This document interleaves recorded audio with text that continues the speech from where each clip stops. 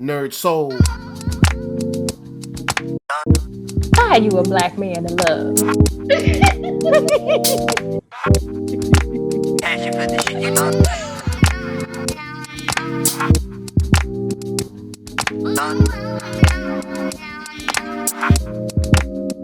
Welcome, everybody, once again to Black Together or Walk in Her Shoes. Thank you for joining us. I am Lady Lisa, and I am joined by my sister, cousin, partner in crime, Madam Butterfly. Say hello. Peace, love, and light, everybody.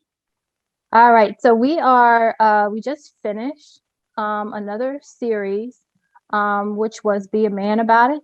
And please, we ask that you go and check that out. And we are starting something new today. But before we jump into that, we want to say thank you to NERDSoul for allowing us, as always, to be on his platform. You can find him and all of his content on YouTube on that NERDSoul. You can also check out his merchandise on shopthatnerdsoul.com. All right, so today we are actually reviewing and talking about the Disney movie The Princess and the Frog, and we are discussing lowered expectations and accepting less as Black women. So, for this occasion, Madam Butterfly, what is in our shoebox? We have the Cinderella transparent pointed toe slip on high heel stiletto because we are wondering whether the cost is too high for Black girls to believe in fairy tales. Hmm. And I will add that these are not the glass high heel stilettos. These are the plastic ones with steam around the toes.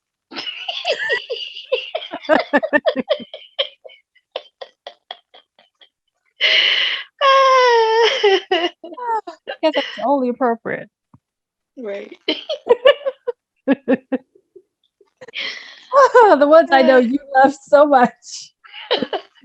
Oh, it drives me nuts. Ladies, please stop wearing those clear shoes where the condensation is all on the insides, all up and through. That's what I'm gonna use the country terminology, all up and through your toe area. Please refrain from that. Look, 'Cause don't call it condensation. That's too nice. It's steam. Them dogs is steam. hot stank steam. Things is smushed all up in the corners, It irritates my soul. smushing those corns. Nobody want to see your corns through that plastic all smushed together. Mm-mm, I don't not a know good look. who came up with that. And then now they had a pointed part of the toe that extends the length of your foot. Yeah. Look, I can't stand those. You know what I'm talking about? Yeah, yeah. Why? It's adding like 2 inches to the front of your foot. Maybe And that's the heat pocket. it looks dumb. Oh my God, it looks so dumb. But anyway, I digress. I digress. Um, Okay. So once again, we are going to be reviewing and talking about The Princess and the Frog. So we are actually dissecting this movie. This isn't a simple, review. We are actually, kind of getting into the messaging and the optics and really the psychology of it all.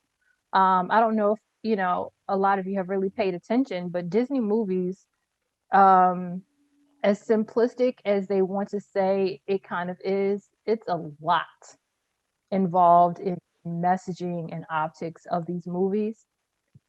Um, and let's start by talking about what is the significance, in your opinion, Madam Butterfly, of this specific movie, The Princess and the Frog. What was the significance for us as Black women? Well, this was supposed to be the first Black Disney princess. Mhm. And so it was an opportunity for little girls, little Black girls, Mhm.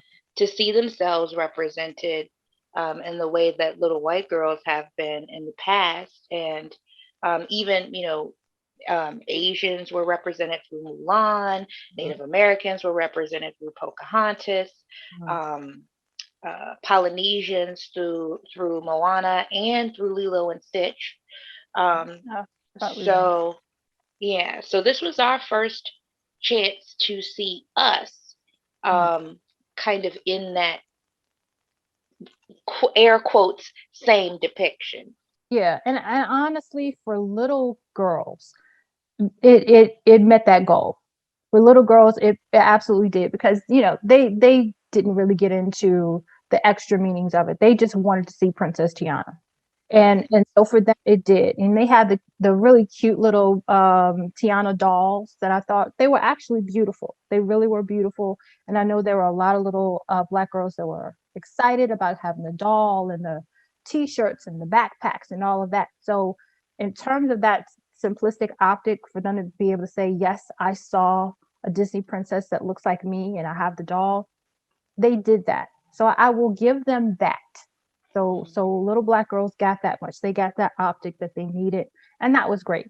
Um, but we're going to get into the the the story that was really the problem in this. So um, it's been a while since I've seen the movie, so I don't remember, the details and the exact flow, probably as well as you do because you actually just watched it. Can you give sort of a brief summary of how the movie went? Yes. So it starts off where Tiana is a little girl. That's the main character, the princess.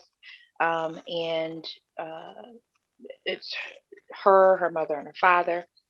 Her father has dreams of opening a restaurant, and she kind of is her father's protege in a sense. She has a natural knack for cooking, so that's a special bond that they have.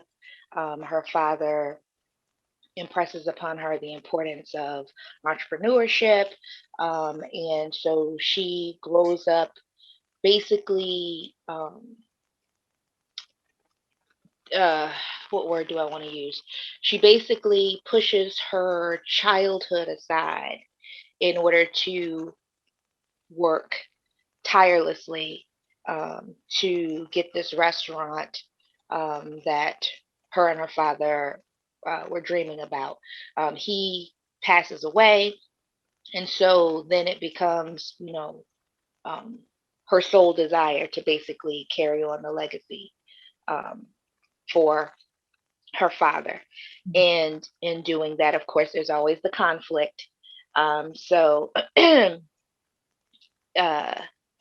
in the midst of her trying to get the money together to purchase this place, there's this like voodoo guy who is the um, uh, he's Villain. well, yeah, he's the villain, and there was, a prince who comes, and he has been turned, he has been turned into a frog by this villain, and Tiana gets turned into a frog by this villain, and so they basically have to uh, negotiate their way through or fight their way through being able to become human again, and Tiana being able to get money in order to buy this restaurant. So that's the best way I could summarize it without ruining it for someone who wants to actually watch it. If y'all ain't seen it, but how old is this movie? Well, but I hadn't seen it, But the thing Same. is, but I have all boys, Right. and they were not at all interested in Right. seeing any type of princess movie. So, I had heard of it, But but I had never watched it. we ain't trying to save no spoilers at this point for this movie. I'm just saying. Like, you know, y'all just on your own on this one. Because we about to get up into this and chop it all to pieces. So good luck watching it after this and enjoying it. I'm just saying. Oh, that's so funny. Oh my gosh. Well, I Okay. tried, y'all. I tried. Mhm. Nope. Too Oh my bad. gosh. So sad. Don't want to make you mad. Just like this movie. Okay. Oh my gosh. So Um. funny. So let's talk about. Whew, all right, because I'm trying to figure out where to start digging. Yeah. Um. Let's just talk about the basic problems in the movie in terms of let's start with the optics. Start with the imagery and that we walk away with. What are some Hmm. things that kind of stayed with you or popped out to you in terms of how certain people are portrayed in the Okay. movie or What? stereotyped? Right. So the setting is in Louisiana. Mm, And the first thing off the bat was I was trying to figure out what time period was being represented. Because one of the very first scenes, Tiana's mother is a seamstress and she's working in the house, the quote unquote big house mhm, um, of this, southern tycoon and his, spoiled daughter. mhm, Um, and it just reeked of like 1950s uh, optics, where the black woman has to take her child with her to work and work in the big house for Europeans, and then they go off into their impoverished uh homes at the end of the day. She was in this, there's this grand, beautiful house, and she's made mhm, all of these wonderful dresses for this little girl who happens to be around the same age as Tiana. And they go off, when she's done with her work day, they get on the trolley and they ride to what appeared to me to look the way that slave quarters looked mhm, back in the day. So it's just that, the if you look at any of the old pictures of the South, the way that the homes looked, homes in air quotes, the slave quarters looked, um, that was how the neighborhood looked, and that's where all of the black people were. So that was the very first thing that came to mind for me. mhm. Do you remember that? I do. I do. And I agree. It was hard to figure out what time period this was because it feels like in some parts they had the characters dressed as if it was almost um colonial times. Right. And then like you said, they did have those parts where even looking at how her mother was dressed, it's like, well, I would consider what she has on like a colonial style dress, even if for a servant. So Hmm. it was confusing. I don't know what they were doing in terms of that. It was confusing. I don't know if they meant for it to be confusing because they didn't want to trap us into the mind frame of a certain time period. They wanted it to transcend time. I have no idea. But I thought that was a little weird because usually Disney movies are, well, no, they're not always clear about a time period. I don't know. But that was confusing. And yeah, it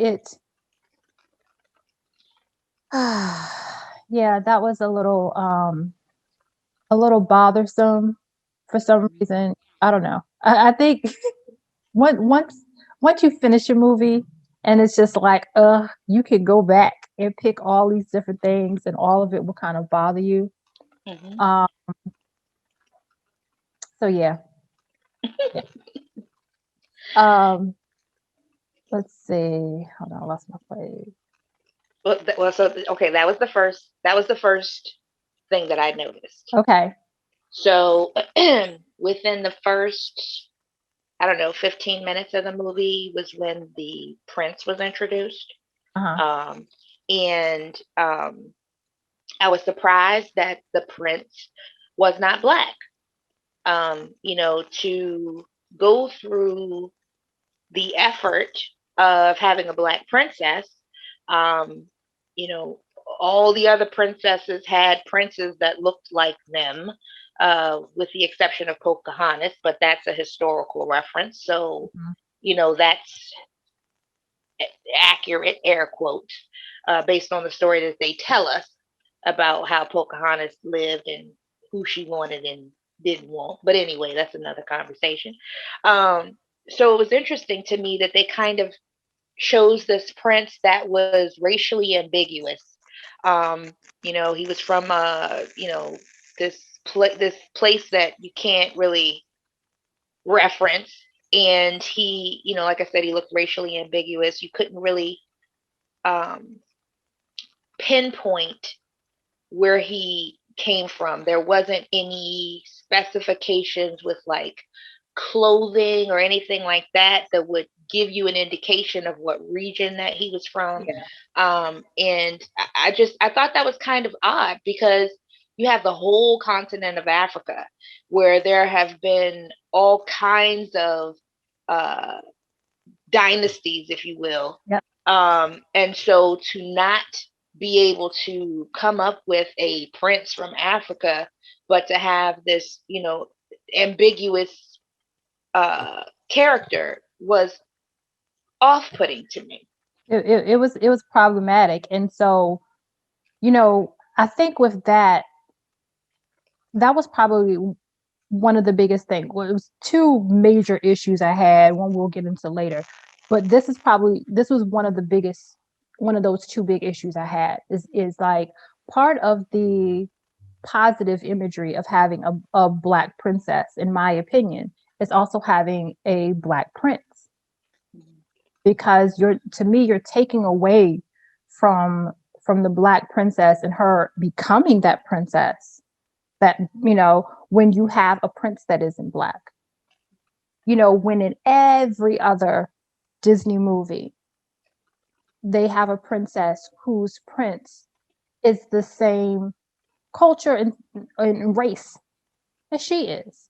Mhm. And some people, I already know, some people will argue, it's like, oh, it's Disney and it's all about us all living together in different cultures.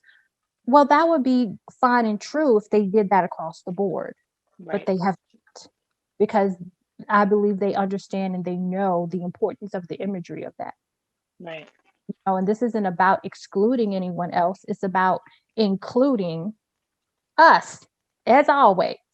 right. And it's like y'all just couldn't help yourselves. It's Mhm. almost like they say, you got a black princess, that's what you got, be Mhm. happy, because we're about to screw up everything else in this whole movie. Right. And that's It's pretty real. much what they did. You gave us a black face, and that's it. It's real. Yeah.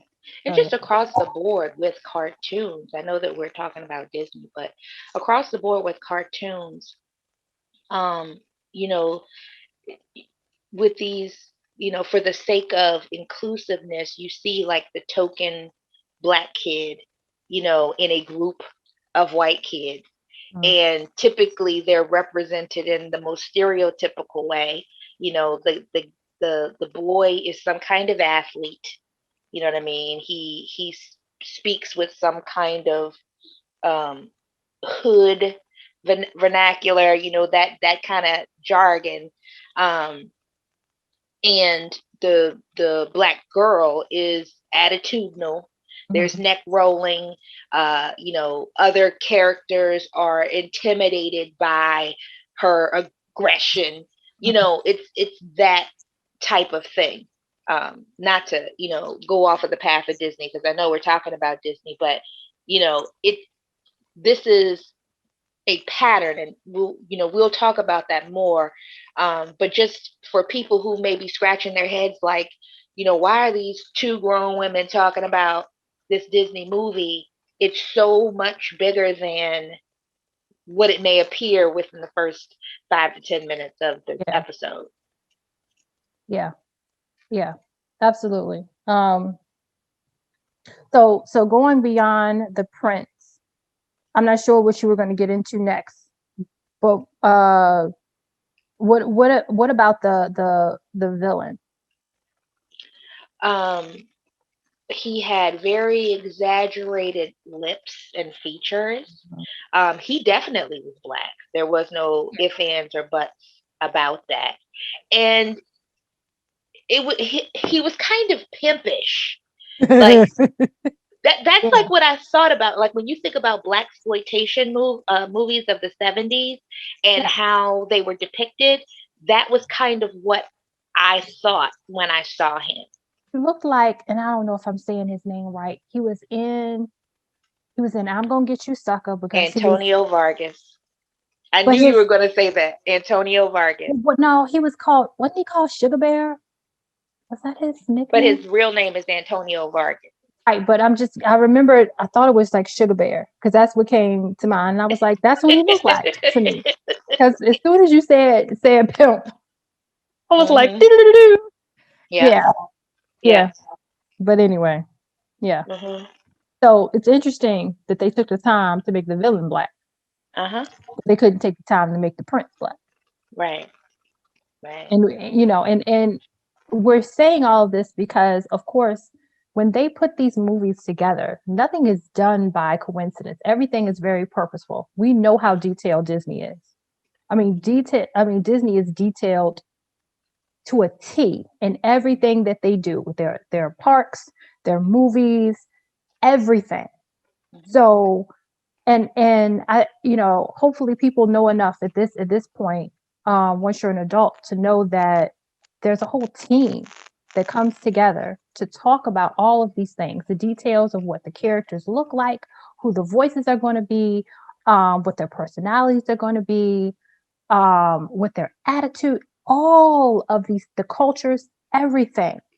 So all of these details we're talking about were either discussed that they wanted included, or people just kind of swept it, under the rug, or whatever it was. But I don't think anything that we're saying people could be like, oh, from Disney would be like, oh, well, I can't believe they saw it this way. No, no, Hmm. and it's irritating knowing that all of the work and the detail that they've always put into these movies, and this is what we got. Right. Right.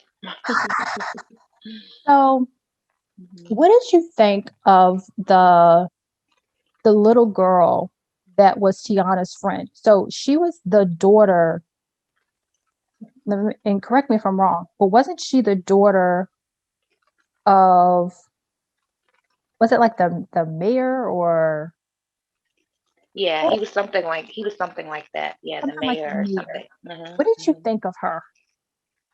Um, spoiled, entitled. Um, you know, it was bothersome to me that the for the entire movie she basically disregarded Tiana's existence except for her own benefit. And then at the very end, like, oh, she has this benevolent moment to make everything okay, to make everything in this poor wretched black girl's life okay. That whole storyline, the need in movies for there to um, be the quote unquote great white hope, Mhm. um, those those types of that type of imagery is powerful on our psyche. And for those who doubt or question how powerful imagery is, think about a child, a toddler, who is too young to even formulate a sentence, but they know when you pass a McDonald's. They know that symbol, they know that imagery to be able to say whatever sounds like McDonald's to let you know that they know you passing some fries that I want right now. Well, I was You know going what to I say, mean? because like my son, we pass it, and he goes, French fries, which is That's sports. how but that's how powerful imagery is. And so if a child who's so small that they can't formulate a full sentence can look at an image and cross reference that with an experience, Mhm. or understand that there are resources attached to that, then everything that they're watching in a Disney movie can have that same type of effect. Yeah. And so if you're seeing, you know, Black people in this subservient type of positioning. And that's not just with Disney, across the board. The Black movies that get the Oscars and all of that, it's always these slave type Yeah. movies, or, bang bang shoot 'em up. It's never these movies that show the best sides of us, the, the the intellect, and it's never that. It's always these either downtrodden or depraved senses of self. Hmm. And so, yeah, just bringing it back to the Disney thing, we are allowing our children to be conditioned with um, these inferiority complexes Hmm. subconsciously. All of this is being imprinted um, on their little minds, you Yeah. know? So, Yeah. Um, yeah. So those are just a few of the problems that we have, with this movie. And okay, so let's pose this question to go a little further. Let's compare this to another Disney movie. What's the different messaging for little girls that watch Cinderella versus the Princess and the Frog? um, well, the outcomes were very different. Um, and uh, it's so difficult to articulate, but with Cinderella, of course, she had a rough life in a sense because her stepsisters and her stepmother treated her badly. So Right. of course, she had chores and responsibilities and all of that kind of stuff. So from that aspect, she did have, trials, which Mhm. all of the Disney princesses have some type of trial. Mhm. Um, but she, is, the prince is like enamored with her, and she's swept away, and you leave the movie feeling like, she's going into this privileged life of Mhm. wealth and abundance, and Mhm. all of this stuff. And with with the Princess and the Frog, um it ends with, she ends up with the prince, yeah, but she ends up with the prince, and she gets a restaurant, and her prince is her employee, Yeah. which is odd to me. And at the same time, it's kind of indicative of some of the breakdown that happens in Black families, with the women being educated at a higher rate, Mhm. and the wealth imbalance between Black men and women, and the downfall of relationships as a result of that. Like, I felt like that it was normalizing that dynamic of, the man is not the leader Yeah. and the provider, but he is subservient to the woman, you know. Right. And it's also like, what did he bring to the table except for his title as prince? Right, What why are you her waiter, sir? right. Because you're still a prince. Prince. What? Right. Because the Yeah. only reason, so for clarification for those who haven't seen it, um, the reason that he, came to this town or whatever is because his parents had cut him off financially. So basically, he was kind of a, self absorbed, kind of arrogant person. And it was implied that, basically his parents wanted to teach him a lesson so he could be a more well rounded individual. Now, Mhm. I don't know how they expected him to be a well rounded individual when they gave him everything on a silver platter up to the point that he was an adult. But whatever, it's Right. Disney. And So, I'm assuming it never required him to be of any service to anyone that was beneath him. If right, you But okay. Right. And so the parents were at their they showed them at the end of the movie. And so to me that would imply everything is well in their relationship and he has gotten his title back, or he has access to his wealth because she then had the money to pay for the restaurant. Mhm. It appeared that that came from his family or whatever. So okay, now you have been reinstated as the prince and you have access to all of this wealth, but y'all gonna run, I'm sorry, she's gonna run a restaurant and you're gonna be a waiter. Yeah. That's yeah. You know, when it got to the end, I just remember sitting there going, I am so thoroughly confused. I'm just so thoroughly confused. Like, this is the end. This is it. Like, we about to wrap up. You Right. know, just to, just to put it in context, because once again, I'm sure any given person could listen to this and just be like, what are you talking about? It's like, okay, if Cinderella gets swept off by the prince and all of a sudden she decides to open up a Molly Maid franchise, it's like, what? How? Like, what? Is that the fairy tale? You know what right. I mean? Because That's not a like fairy tale. That's life. I didn't come here to watch animated life. I didn't. I don't want to discuss bills and responsibilities during a Disney movie. right. So it's just like the other princesses had well, I should say, children, little white girls in particular, were able to watch images of themselves reflected back to them, and have the fantasy play out in front of them of being cared for, whisked away, provided for, and secured by their man. Yeah, absolutely. And the black girl had quite the opposite. The black Absolutely. girl had, oh, I'm the boss bee, which is the attitude now.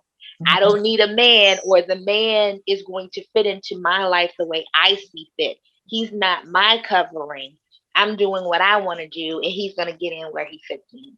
That was the messaging to me, and I find that very problematic. Very problematic. And the whole thing of, I mean, yeah, and you're right, because they put her in a place and portrayed her in a way where she, wasn't in a position to um be welcoming to a man that wants to sweep her off her feet anyway. Hmm. She wouldn't have been open to that. But I feel like little girls too should be able to see a reflection of themselves and see a prince who is a reflection of themselves too. We already didn't get that, but to Hmm. see that and say, oh my gosh, he came and, he fell in love with her and he swept her off of her feet and, wanted to give her a beautiful life with beautiful dresses and a beautiful palace. And, she has servants waiting on her, hand and foot, and they just go and they have balls and they have dances. That's the full fantasy, Hmm. right? And I believe that our little girls deserve to have that fantasy too. Hmm. It's Disney. Right. That's what we come here for. Is Right. fantasy and and romance and all of these different things. That's what Disney princess movies are known for. That's what people keep coming back for. Hmm. So it's not unreasonable for us to expect that in another Disney princess movie. Right. You're breaking tradition Yeah. simply because now we got a black princess. So now you want to bring real life up into it. You didn't have dragons and witches and villains and poison apples and all this other little men, you know, all this other fantasy and everything else. But as soon as we Mhm. have a little black girl, now we got to talk about she need to deal with real life. Right. Isn't that She interesting? doesn't have she doesn't have enough money to acquire the restaurant. Initially she thought that she had enough, and she goes to them and then she finds out that someone has outbid her. It's like Yeah. And so then there's the, the I don't know if they were the owners of the property or real estate agents or whatever. They're just, clearly opportunists looking for the highest bidder. And, they say something along the lines of, just, kind of stay in your place. This is out of your league anyway. Something of Yeah. that sort. Uh, and I was just like, wow, okay. Um, she worked hard. She forfeited her childhood, was working beyond exhaustion, two and three Yeah. jobs Yeah. to save this money, to acquire this restaurant, and then to be told by these two men, um, stay in your place. Yeah. Yeah, interesting. So that's the other thing. Of course, there's in all of these Disney princess movies, you have, a protagonist and an antagonist. But Hmm. thing in these other movies, there's one major conflict that they Hmm. pretty much with her, oh, five different things that she had to fight up against. And Right. it's just annoying. I'm not gonna say it's surprising, but it's annoying and it makes me feel like I'd rather you just didn't make the movie in the first doggone place, quite honestly. Right. That's really how I feel about it. I'd rather you would have just come out with this random black princess doll that you Hmm. said is a Disney princess. Don't even give us the movie. If this is what you're gonna give us, don't even Right. bother. Yep. Just give us the doll and the merchandise so little black girls can see, a little princess, and just don't even bother with the rest. Right. That you're gonna give us. I'd rather we Right. just sit mad that you didn't give us the movie than for you to give us this. Right. I agree. I agree. I mean, it's predictable. It's expected, but it's still disappointing. You know. And I think that it's these types of things that I hope inspires, artists and writers for us to create um, our own Disney, so to speak, Yeah. so that we can have um, images that look like us. And I do recall, like years ago, I want to say it's probably been about 20 years ago, HBO had a fairy tales for every child Mm, type show. And it came on, I think, once a week, and it didn't last very long. But it was an animated series. Every week there was a ethnic group represented um, in in a cartoon, and I could appreciate some of the stories that I saw mhm, because they took into account culture. It didn't have all of these tropes mm. in it, these little hidden messages, these hidden biases. Um, it seemed like research was either real research was done, or they actually had a diverse group of people on the panel to be able to tell these stories. Mhm. And I think that it's always very clear who is telling the story based upon the content within it. Okay. Um, yeah. So yeah, the Princess and the Frog, it, to me, reeks of a lack of diversity on the panel Yeah, because that won't us. yeah, there's no way. And if it was us, it wasn't us. It was somebody that just shook their head and skinning and grinning, as my granny used to Yeah. That say. that was some of Candace Owens people. Right. Yeah. Yeah. That won't So that won't Ta-Nehisi Coates people. That was Candace Owens. right. Yeah. So, I mean, there's so many things that we can kind of blow off as trivial, whether it's a Disney movie or something else. But the thing is, like, all of these things hold weight. All of these things have value. Why is it now, 40 years after the original doll test, are the results still the same? Where Mhm. these little girls are favoring the white doll over the black doll, and they feel that the black doll is associated with ugliness and criminality and all of these bad things. That was a test that was done. It may have been the 60s or 70s. I don't know. So it was a while ago. I think it was the early 70s. I believe it was first done in the early 70s. And if any of you don't know what we're talking about, you probably can do a Google search of the classic doll test, and you could maybe say classic doll tests regarding race. Um, but yeah, yeah, Yeah. it was that, So and it's hard to watch, quite honestly. It's it's it it's is. it's disturbing to watch. It really is. Mhm. So basically, and not to, go too far off of the path, but basically with the doll test, there are little children, and they have a black doll and they have a white doll, and they ask these children different questions about what is the likelihood you know, of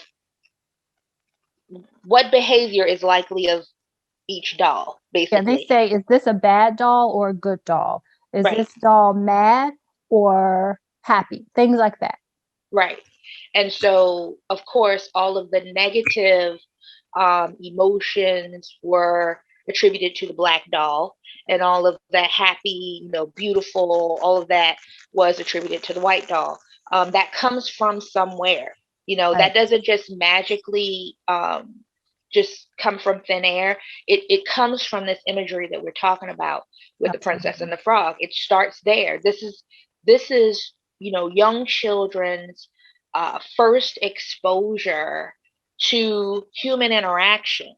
Mhm. And so these little subtle biases that are depicted, these subtle tropes, because they can't do it the way they used to do it. When you watch the old Bugs Bunny and all of that, those were like the real deal, red lips, bone through the nose type Yeah. thing. They can't do it that way anymore. They have to be a lot more subtle in their approach. And so, it's not that it has stopped.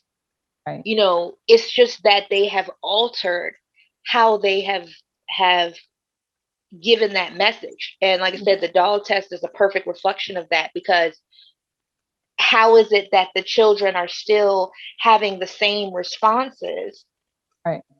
all of this time later, when there are significant changes in how um in the type of imagery that they're exposed to.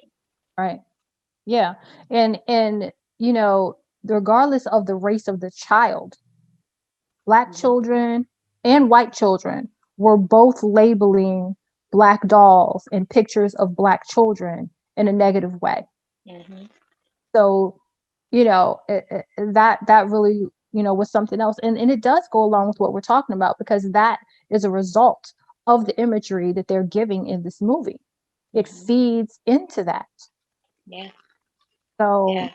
that's, if anybody's wondering, like, why some people may think we're being petty and we're picking, no, that's why we're talking about this, is Right. because of the impact that it has. And Right.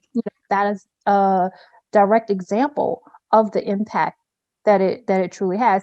I mean, imagery is important, for Mhm. kids that are it is very important for children to see themselves. And a lot of white people don't understand it, because y'all always see yourself.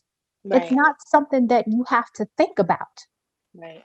It's not Right. something you do think about, because on a daily basis, you see, not only do you see yourself, but you see yourself in a positive light Mhm. Right. That's true. on a regular basis. And it's nothing you have to think about at Mhm. all, Right. but it's something that we have to constantly think about and search for and fight for.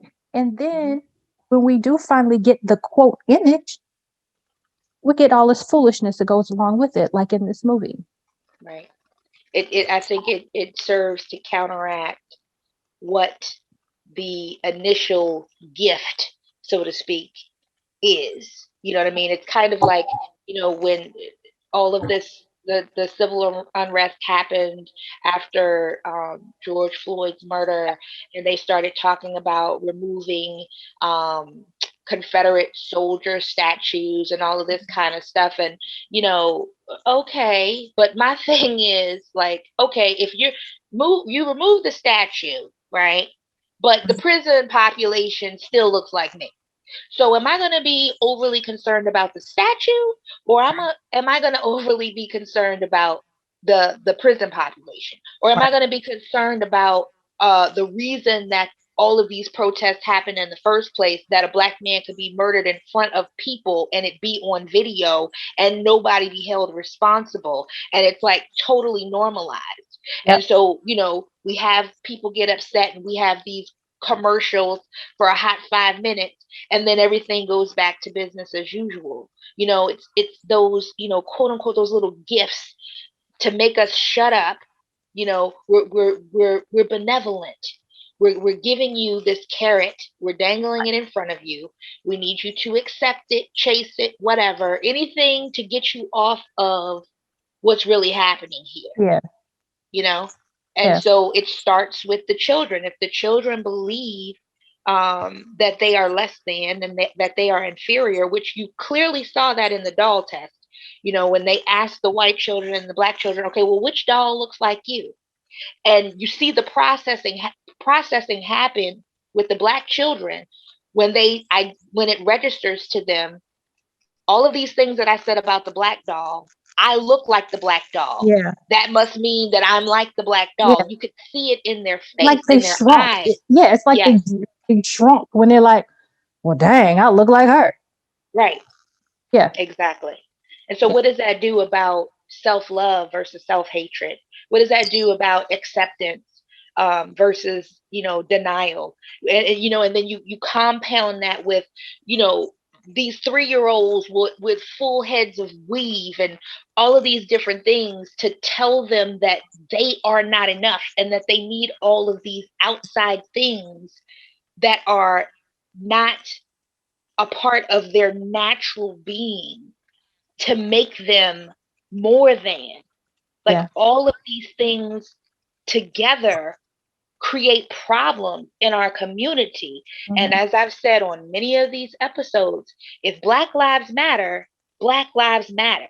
It's Right. not only in the context of our lives being snuffed out by Europeans across the board, like we have to recognize the things that are poisoning the minds of our children, the things that are making us look at ourselves in a poor and negative light, how we're presenting ourselves in the world. Like all of that is a part of Black Lives Mattering. Exactly. Like you said, not life in the sense of just existing and not being dead, but Right. life in the sense of contributing to society, to having a purpose, to walking in purpose, to being a part of history on a daily basis, to Mm-hmm. having family and all of those different things, life in that sense. Mm-hmm. I completely agree, and it's all, it is important. It is very important, and so again, that's why we're talking about this movie. And this, of course, isn't the only one, but this was just something that stuck with me because um I remember, when this came out and there was so much celebration about it. And the concept, of course, is something to celebrate. But after I actually watched the movie, I was just like, I'm not trying to rain on anybody's parade, but I'm not feeling anything great after watching this movie. I'm actually troubled by this. And I remember I commented on it on Facebook. And this was sometime actually at this point after the movie had come out, but I just really sat down and watched it. And I kind of, gave my opinions on it and the issues I had. And it was one comment that someone made that was like, well, she wanted a business. And so she got what she wanted in the end. And I'm like, that's not the point.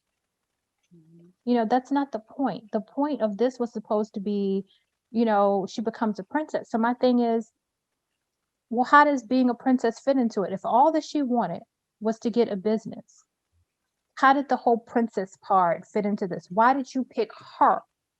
Right. in this situation, someone who wanted to be a business owner, why did you pick her to become a princess but not live a princess life? Right. It I'm could have just confused. been Tiana and the Frog. I'm confused Right. on what y'all, because again, all this is purposeful. They pick these things for a reason. This is Disney. Right. This isn't Right. just some company that's just like, I'm just going to try this out today. No, they've been doing this for years and years and years. So what is it that y'all are really trying to say? What Hmm. message were you trying to put out there? Because you're always putting out a message. Right. So I took I had trouble with that. Um Completely. And there was a question that you had posed, Madam Butterfly, about black girls and fairy tales. What was that question? It was uh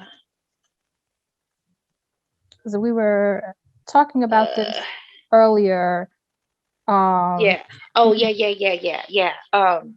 Can black girls afford to be captivated by fairy tales? And is it too high of a price later in life? hmm.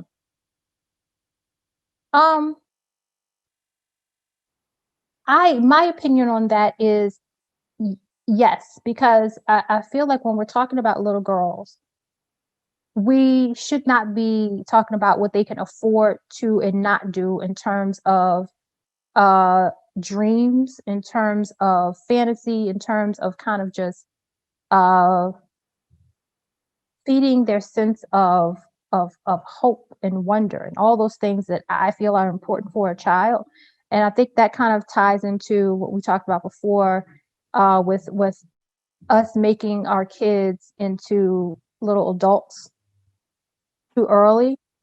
I think every little kid needs to have a period of time when they can just, be superheroes and be animals, or be princesses, and prince jump around like like my son does, and every 10 minutes he got on a different cape. The mask don't match the cape, and the cape don't match the mask, and he got Spider-Man up top and Batman on his head and Incredible Hulk somewhere else. Do what you do. Right. I feel like every child, including ours, need that and deserve that. It helps develop their creativity. It helps develop their wonder. It helps develop their confidence. Mhm. Their sense of freedom in being able to express themselves however they see fit to express themselves. Right. Um, so I think it's not, to me, an issue of afford to be captivated. Can they afford not to be? Mm. Because to me, the alternative of them not being captivated by fairy tales is, well, what are they going to be captivated by? A Right. job. The Right. folks on getting a job. Well, and that's the exact point. That's the Yeah. whole reason behind the questions, because the subject matter in the movie was absent, was void of that, the emotion, the imagination, the possibilities. It wasn't like magical possibilities. It Mhm. was about real deal life struggle. It's about, I gotta work, I gotta pay these bills, I gotta save up this money to try to, get along. You know what I mean? Like, that was what little black girls got. Yep. So, in a lot of ways, it even ties into what we've talked about and what you mentioned as far as, little black girls being looked at as older Mhm. and being kind of given these responsibilities, or, um, um, just the older burdens of life being attributed to, these kids. All of that messaging was depicted in this movie, Yep. and so it's like, do we actually get the luxury of being able to have this fantasy world? Are we being told by society that it's not acceptable for us to operate in that space of imagination and wonder? Is this part, more of the social engineering to gear our young children's minds in a certain way? I, that's the question. That's a question mark. But all of those thoughts kind of helped me to frame Yeah. that question, you know? And like I said, some people may say, well, this is, it's a cartoon or whatever, it's not that deep, but yeah, it is. Everything for the most part is very calculated. Everything is intentional and purposeful. And if we just kind of, you know, brush things off, dismiss them as if they don't hold weight, then that means that you have to, hold your head in the sand when you see that toddler saying McDonald's. When they recognize different symbols, because it's not just McDonald's. It's there's all kinds of different symbols that they understand, whether it's the in on the Netflix, or they may know Yeah. in like the guide, they may not be able to read, but they may know what the PBS kids icon or the Nickelodeon icon, they know what it looks like.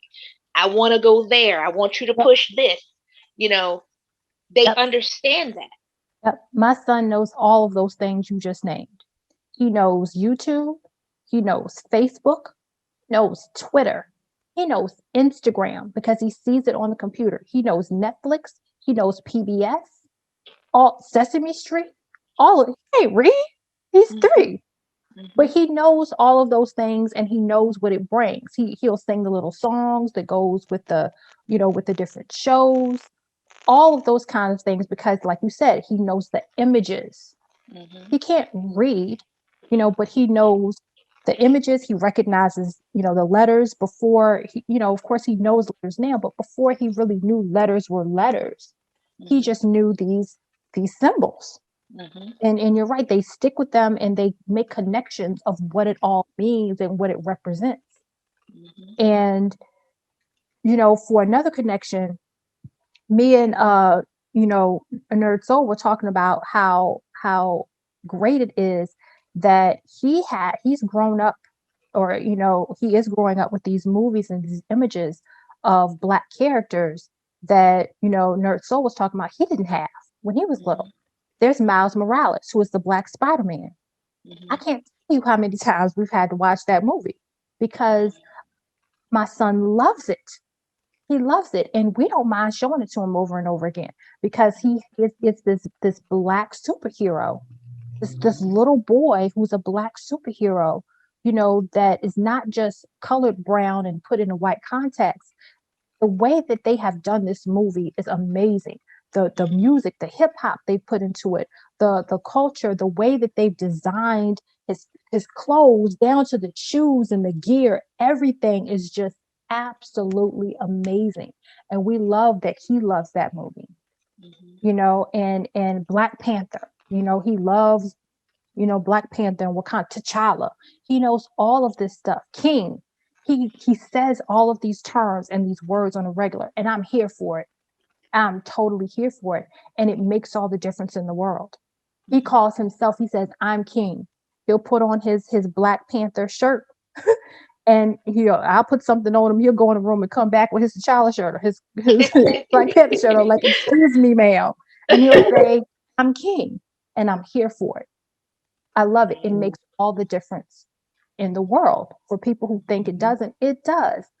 And I mean, as a grown woman, when the live or real life version of Cinderella came out some years ago, I was excited, because I'm like, oh my gosh, I'm excited about seeing the dresses and the costume and the all of that as a grown woman. Now, of course, that wasn't a black Cinderella, but I was excited about that in and of itself as a grown woman. And I got excited when I saw um, the right hand man of the prince that was a black man and not I would say a traditionally slim chiseled face black man, but a typical black man like you see on the street that you would see and be like, that's a nice looking black man, but not in what I would consider Hollywood standards, which Right. made it even more amazing.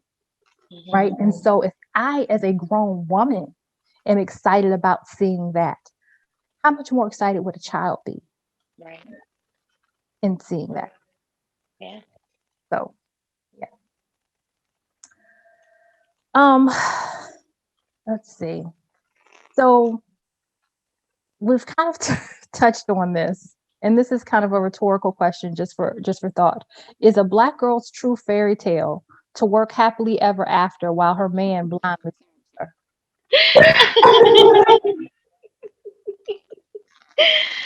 Ah, I mean, her? unfortunately, I think that that is what society is grooming Black families to look like. You know, we have a responsibility to do whatever we can to counteract that messaging. Um, but as long as we are uh, celebrating all of this independent woman, I don't need a man crap, we're going to have a breakdown in our relationships, and the Black family dynamic. Yeah. Um, and this is not about, oh, a man is better than a woman and a woman should, serve. And, this isn't about that. Like, we as men and women have natural strengths and natural challenges, and in coming together we complement one another. And in any team situation, there has to be a leader and there has to be a follower. And based upon um, the the strengths that come naturally to each um, gender, I believe is why it makes sense for the man to be the covering. First and foremost, more often than not, a man is physically stronger than a woman. Okay, so he would be the person in a position to protect, as opposed to the woman, because he has physical strength, you know. So just that point alone, without going down the rabbit hole, that point alone is a place where, if you're a reasonable person, you can recognize and accept that, generally speaking, men are stronger than women. And if that was Girl, the you gonna catch it? You gonna that, catch it? that's fine. But while I'm catching it, I want those that are throwing to think about, well, if it's not true that more often than not men are stronger than women, why is it that we get bent out of shape when a man gets physically violent with a woman, but we can turn a blind eye when a woman gets physical and violent with a man? Right.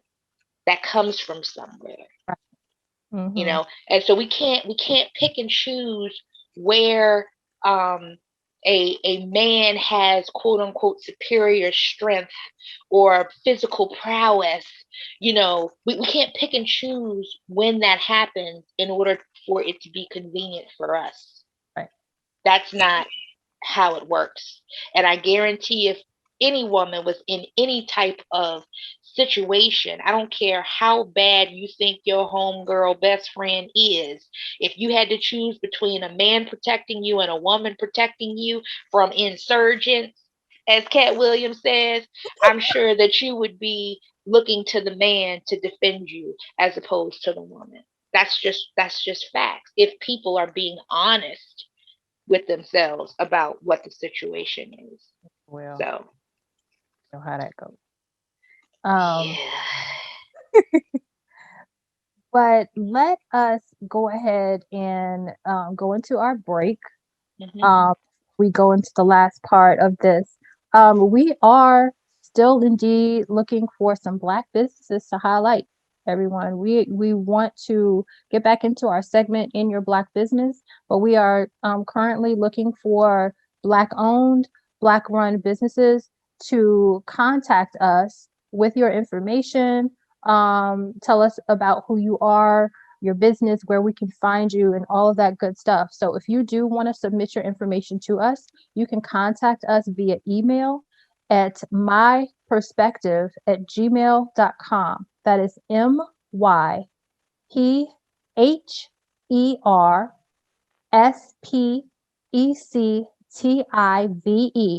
@gmail.com. Again, that is my perspective, MYPHERSPECTIVE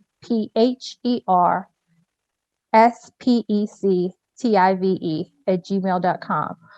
Again, if you have a Black owned, Black run business, and you want us to highlight that on our show, we would love to do so. Please contact us. Um, Also, let's talk a little bit about New Day's resolution. Um, Once again, just some goals that we are encouraging you to work on a daily basis. Instead of looking at it broader and say, oh, this is my New Year's resolution, day by day, work on it. For me, still working on curriculum that is going well. I'm sticking to it and moving forward with that. So I'm really happy with that. And tell us about your goals and how everything is going for you, Madam Butterfly. Well, this week I've really been focusing on physical health. In the past, it was geared towards spiritual health. I have been working out. Mm-hmm. I have a stepper, and I've been watching some step videos on YouTube.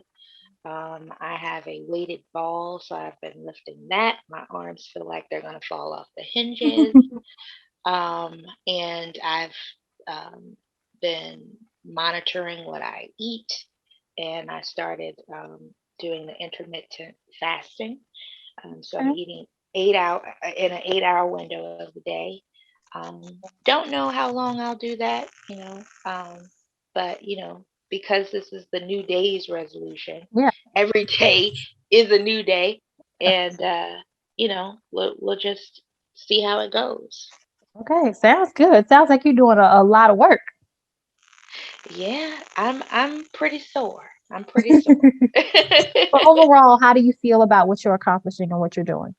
I feel good about it. I really do.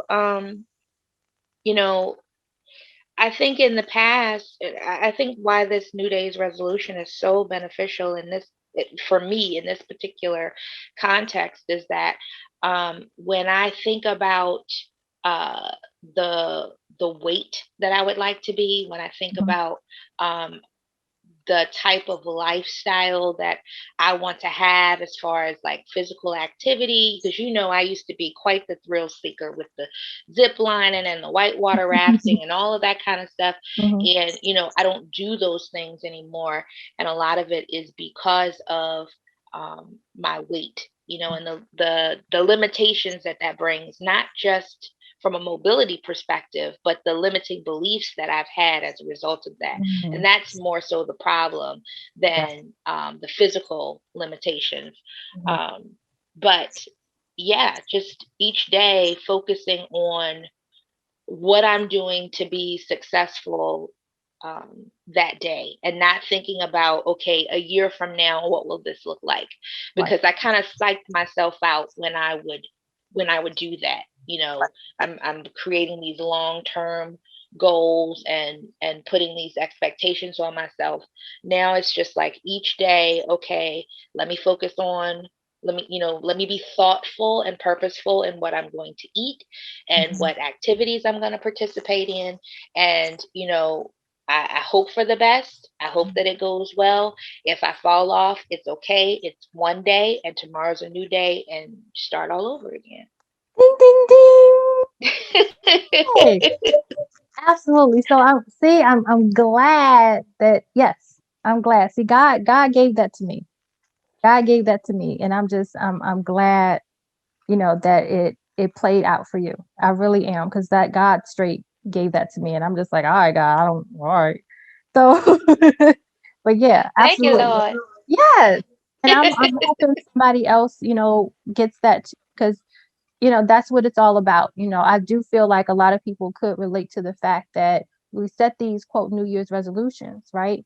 And then if you see yourself day after day not really putting in the work that's going to get you to that goal you set, you be like, well, forget it. I ain't gonna meet that goal anyway, so I may as well just go ahead and stop. And it's like, no, no, no, no. If you take it day by day, you'll get there and just see what you can kind of accomplish today. If it doesn't work today, it'll work tomorrow, and it'll work itself out because you do psych yourself out when you set this goal all the way out here, and you have to do all of these things along the way to get there. It's real easy to be like, well. I want to lose 30, I don't know, 60 pounds by June.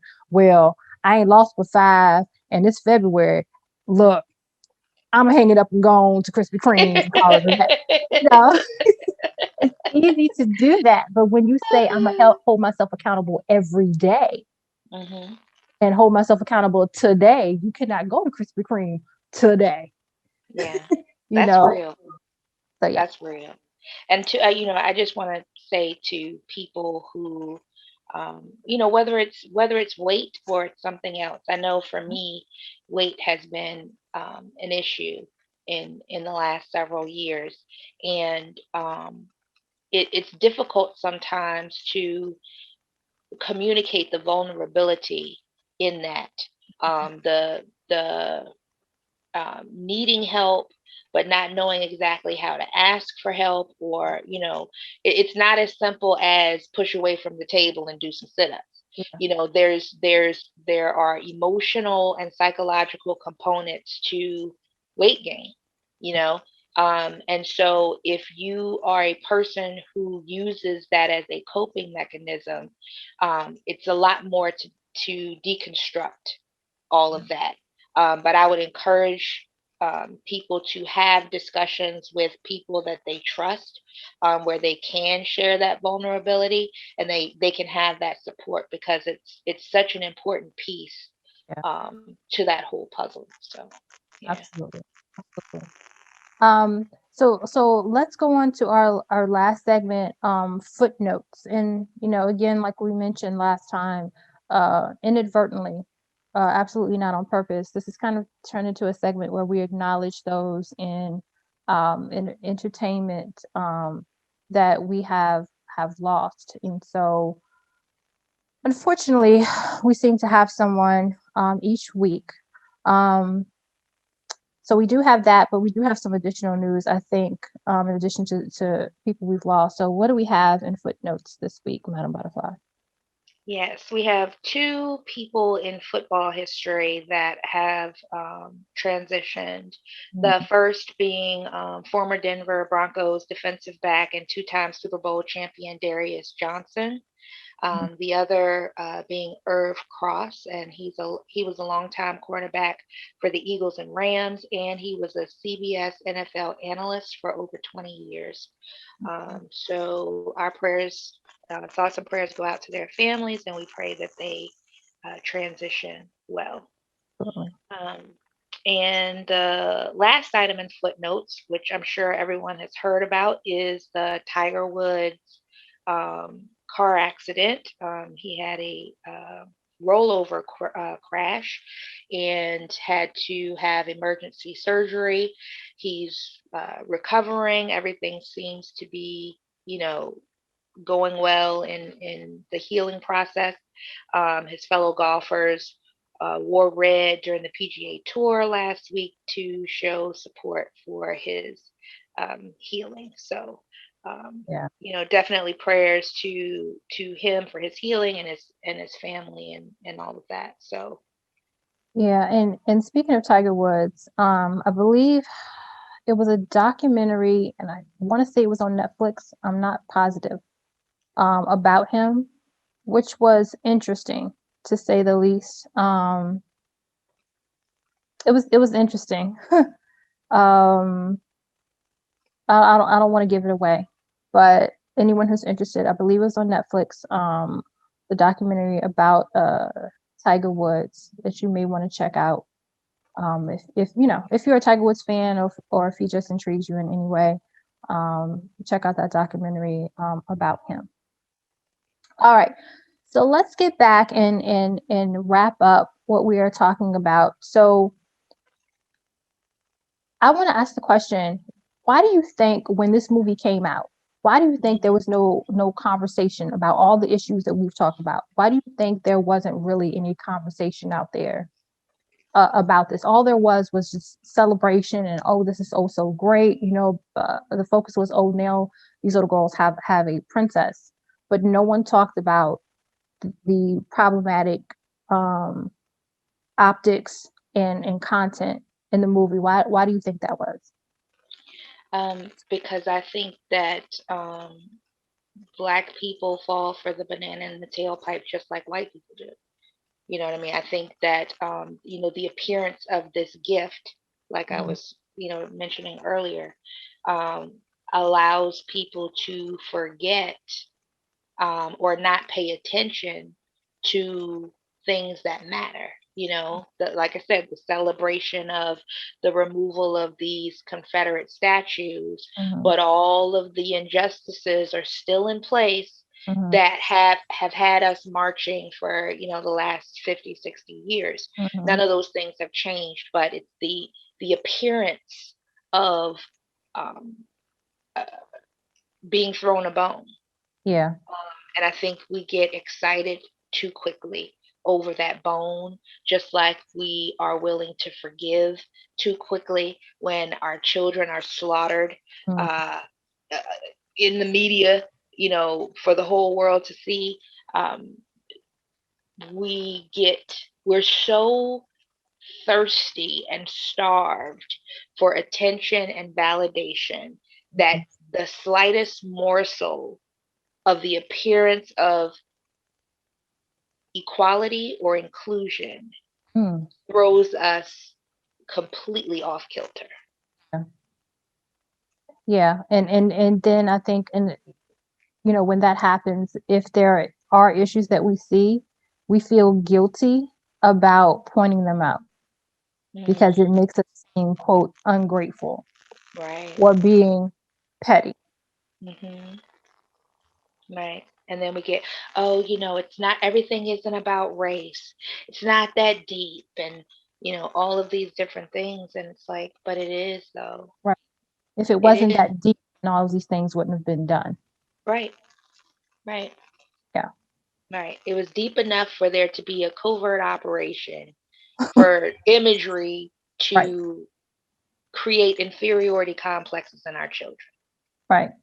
So, Because what they did, talking about this particular movie, what they did is they went outside of the what would I call it? They went outside of the outline, the format, because there, if you were to sit down and watch consecutively these Disney princess movies, you could it follows a very concise format, hmm and they went all outside of that for this hmm movie.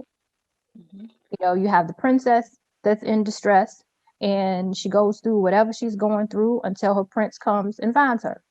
hmm Right? She's being taken care of in another way, whether it's up in a tower sleeping under a hmm glass box and all of her body sweat and fluids, you know,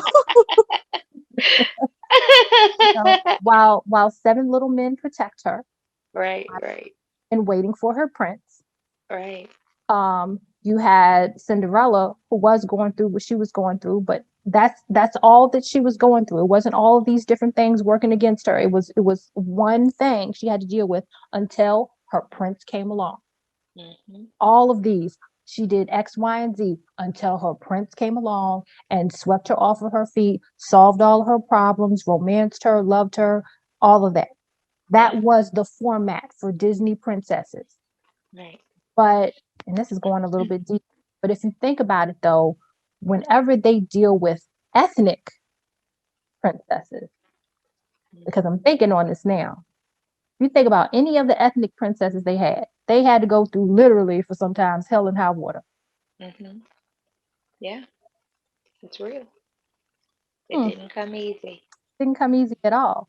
Yeah, it didn't come easy. It wasn't just because they are so beautiful Right, and the prince is so enamored with her that he's going to find a way to get to her. So whether it's, kissing her while she's asleep or going on a search after finding her slipper, right. he's going to find her because she's just so beautiful and great and wonderful. Yeah. And He's compelled. he comes with something to offer. Right. Whereas here, this brother has a title. And that's it. Yeah. If you got a title for a car, no car.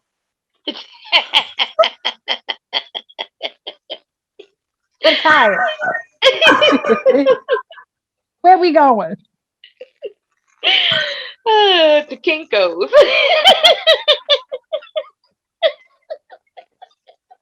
Maybe we can make enough copies to make us a paper cop. I don't know.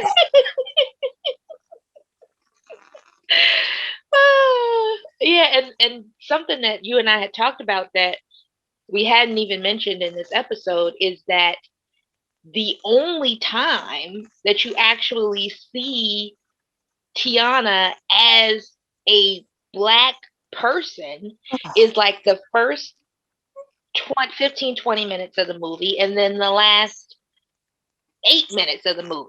Yeah. All in between there, she's a frog.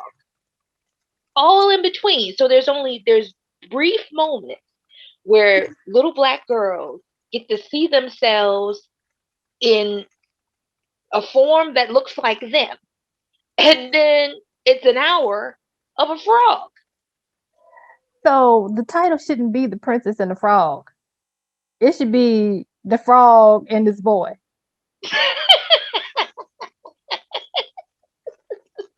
Like, yeah, Yeah. that can be a whole nother show where we talk about, how we have these movies that come out. NERDSoul talked about this. We have these movies that come out where they do indeed, or these animated movies rather, where they do indeed have black characters, but they're animals for most of the movie. Y'all make them into animals. Like, we're gonna introduce this black character, but bippity boppity boo, it's a frog, it's a cat, it's a dog, it's a raccoon. Like, can I, I never thought I would say this, but can I just be black? Right. Right. Right. Oh my Request God. today. Like, can I just be black? Right. Oh my gosh. It's so true. It's so true. Yeah. Okay. So, next question that I think we've already touched on, but can we and should we overlook the issues in the messaging and still celebrate the optics of this first black Disney princess? I don't think at this point that we can afford to do that because it spills over, that practice spills over into other things. You know, Yeah. I referenced the Confederate statues, but just we we for far too long we have overlooked the subtleties, and we have this reaction to the overt things, Hmm. but the subtleties we kind of dismiss. But the Hmm. subtleties, in a lot of ways, are a lot more damaging because that is what is imposed on our psyche. So Right. we go out and we perpetuate these things and we don't even realize that it's happening, Yeah. you know? So not to diminish the the devastation of losing a loved one, or watching a man lose his life, take his last breath on a constant loop on social media. Yeah. That's devastating within itself. At the same time, one of the main ploys of white supremacy has been the psychological tactics that have been Yeah. imposed on us. And those things it has gotten to a point where some of them kind of are self-fulfilling, where they no longer have to impose these ideologies. It's already a well-oiled machine, and we Mhm. do it to ourselves. We impose those things on our children, and so generationally we're kind of teaching um, these these things, you know with little to no help in furthering them along by white supremacy. Yeah. So yeah. So, last thing. What should a Disney movie look like with a black Disney princess? um well, I think that um there needs to be um a reflection of black culture, like you mentioned in the Spider-Man Mm. movie. The things that are part of the normal or the average African American experience Mhm. here. The the the clothing, the music, um, the way the character actually looks, features that aren't exaggerated but are celebrated. Yes. Um, being able to have the imagination and hope and um, potential of, that is within a fairy tale, that is independent of the hardships and, the oppression of everyday life. That's what makes it a fairy tale, is that you Yeah. don't have to deal with the kind of normal things that govern our lives. Yeah. You know what I mean? It's like, you Yeah. know, I think that is the way to tell the story, and having the people that are being represented actually consulting them Mm, on how the story should be told, mm, not having a group. And that goes for anything. This isn't just about black and white. You know what I mean? For Mulan, as a person who doesn't know much about Asian culture, I felt like in watching Mulan that I was able to get a better sense of Asian culture through that. Now, perhaps the Asian community feels a different way. Perhaps they feel like they weren't properly represented, and our untrained eye thought that it was. I don't right. know. I can't speak Right. to that. But like But you're saying, it wouldn't be for us to say, right, or to argue one way or the other because it's not our culture. exactly, Mhm. exactly. So yeah, whatever group of people are being represented should be the ones that are consulted on how the story should be told. Absolutely. I totally agree. And I'm hoping you all will continue this conversation. And I'm hoping you all will actually comment on this. We want to thank you all as usual for listening, for checking us out. For those of you that have been listening to us for a long time, and those of you that may be brand new, thank you so much for joining us. We welcome your comments, whether you agree with us or not. We welcome the conversation. So please like, comment, share, and subscribe. Once again, thank you to NERDSoul for allowing us on his platform. You can check out all of his content on YouTube, on NERDSoul, on that NERDSoul, and you can check out his merchandise on Shop That NERDSoul. Please check out some of our other videos here on Black Together, A Walk in Her Shoes. Once again, thank you for joining us, and bye, y'all. Peace, love, and light, everybody.